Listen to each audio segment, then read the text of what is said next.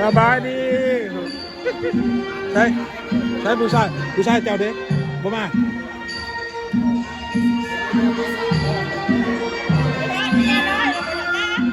ฮะเลี้ยงก่อนคือเล่าคุณมอนี่บ่ทันมาบ่จะเล่าเป็นน้อยเมียน้อยเจ้าก็เว้าให้เล่า ใหญ่มากคนเดียว เจ้าก็เว้าให้เล่าปานนั้นเนาะแล่นบ้าสบายดี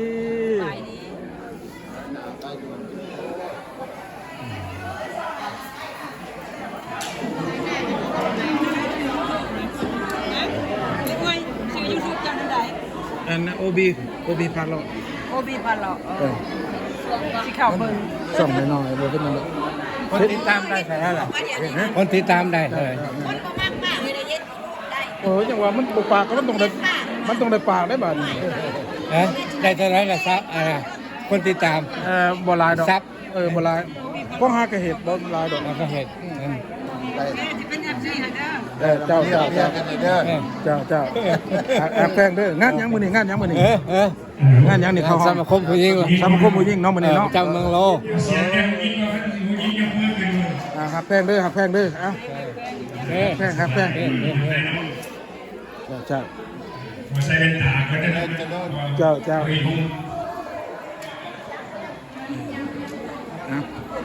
นกอีกก่อนเอาต้องไปเอาปูด้วยนี่คือปูมันเนี่ยข้างของคืนนี้ก็เป็น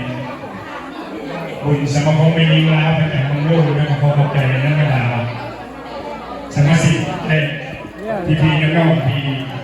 ได้เกียรติเข้ามาในรายการโอเคงานยังมื้อนี้งานอย่างน้องอะไรบูธสมาคมสตรีเรา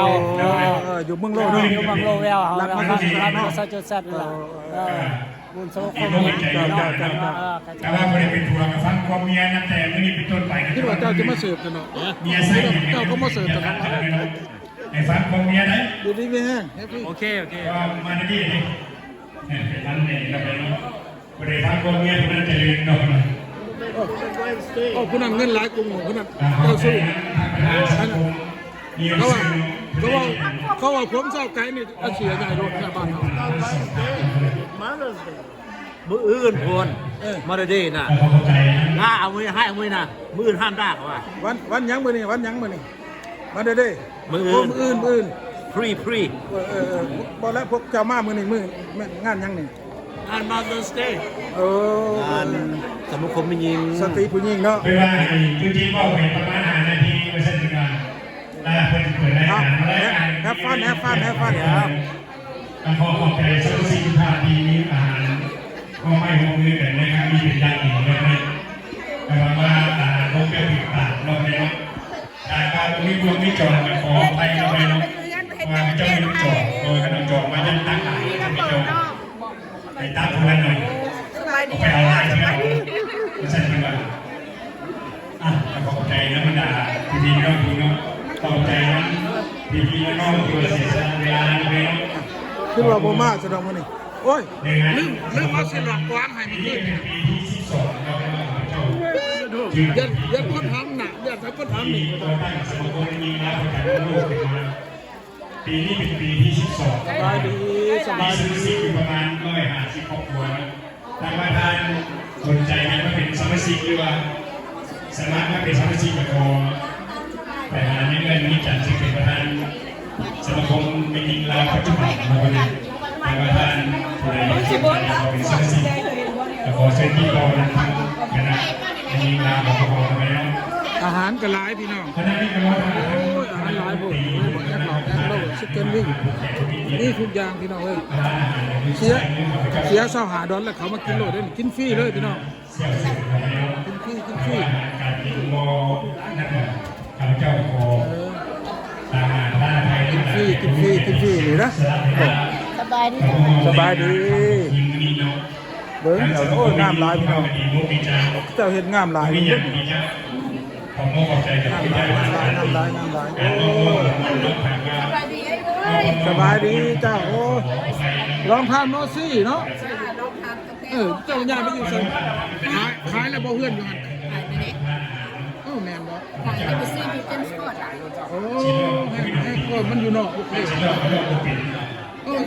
อีเบบี้เจ้าใหญ่แล้วเนาะใหญ่กว่าซุ้มกว่าเจ้าแล้วบ่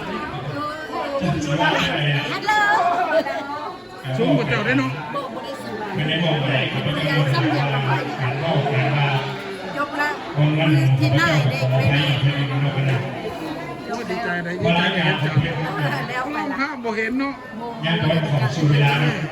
หลังจากเวลาแขกผู้เกียรติประธานอาหารพิธียังไม่ได้ อย่ากินหลายเด้อมันสิอ้วนเด้อเจ้ากินหลายบ่ได้เด้อมันอ้วนเด้อ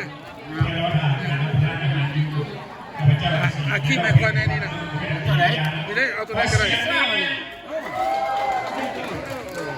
ก็ฝันว่าเจ้าสิงห์เป็น thank you เขาเป็นอย่างนี้ว่า thank you ก็เรื่องของภาษาไทยบ้านเราเรานะ โอ้งามหลายพี่น้องเลยโอ้จะเป็นงามหลายนี่นะ ทำได้อีกทีหนึ่งเราสำหรับผมเป็นงานปีนี้กับปีนดีใจที่ได้จัดงานถึงเพื่อรวมเพลงเป็นสารพีนะครับแล้วก็เป็นยิงงานเรื่องครอบครัว อันนี้เฮาเสีย2 5 ดอลแล้วเขามากินฟรีเนาะกินฟรีเลยโอ้ก็ดีนะนี่ได้ซื้อแต่เบียร์กินเนาะ ซื้อแต่เบียร์กับน้ำ ซื้อแต่เบียร์กับเหล้า เบียร์ได้กินฟรี จ้า ประกาศเป็นนกอย่างคุณบ้านไม่ได้ขอคุณบ้านใหญ่ไม่ได้มาเดียวแต่ว่าประกาศอะไรที่ใช้คุณบ้านใหญ่อยู่ที่ผมไม่ได้พระเจ้ากับบ้านใหญ่เกียรติสมบูรณ์ตามมาที่เจ้าว่าพระเจ้าเป็นประกาศว่าผมเป็นจะได้เห็นคุณมาลงหาแล้ว นางเอกกับพระเอกพี่น้องเอ้ย เป็นหัวเส้นครับพาสังคมเป็นพวกหนึ่งเป็นนักบวชแนวเลยและเป็นนักบวชสังสี เฮ้ย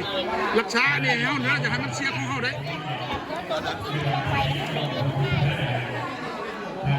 การกินผักทุกคนข้าพเจ้าตามหนังสือก็มีเล่าไปทางลูก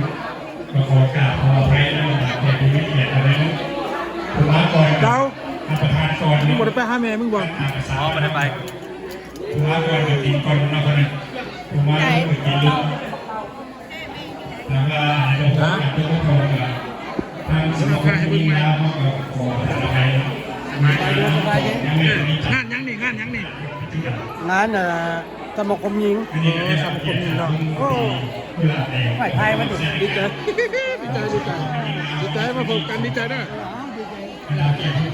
กันเด้อ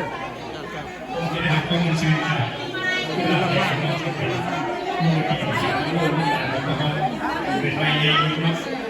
เป็นขนมปังยำเป็นแล้วทำสายที่พอเป็นด้วย อันนี้ท่านเขาพี่น้องก็มาเสียช่องแบบ ประกาศเป็นตัวทางมาทางน้ำมันแล้วก็อาหารกับใส่ อันนี้ประธานบ้านเด้อดีใจแขกขึ้นมาหลายดีใจ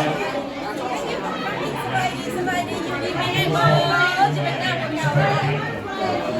พี่น้องเด้อแขกขึ้นมาหลาย ว่าที่เป็นแก่ อันนี้ว่าจะมีพวกน้องไก่ We give you all for free. For what? โอเคเดี๋ยวจะมาพี่น้องเขาจะถ่ายเบิ่งใหม่อันนี้บอลเป็นคล้ายปีเขากันเสียเสาหาดอนเขาไปกินอาหารฟรีเบิดเลยทุกอย่างพี่น้องเลยเดี๋ยวจะมาถ่ายเบิ่งใหม่เด้อไปแล้วพี่น้อง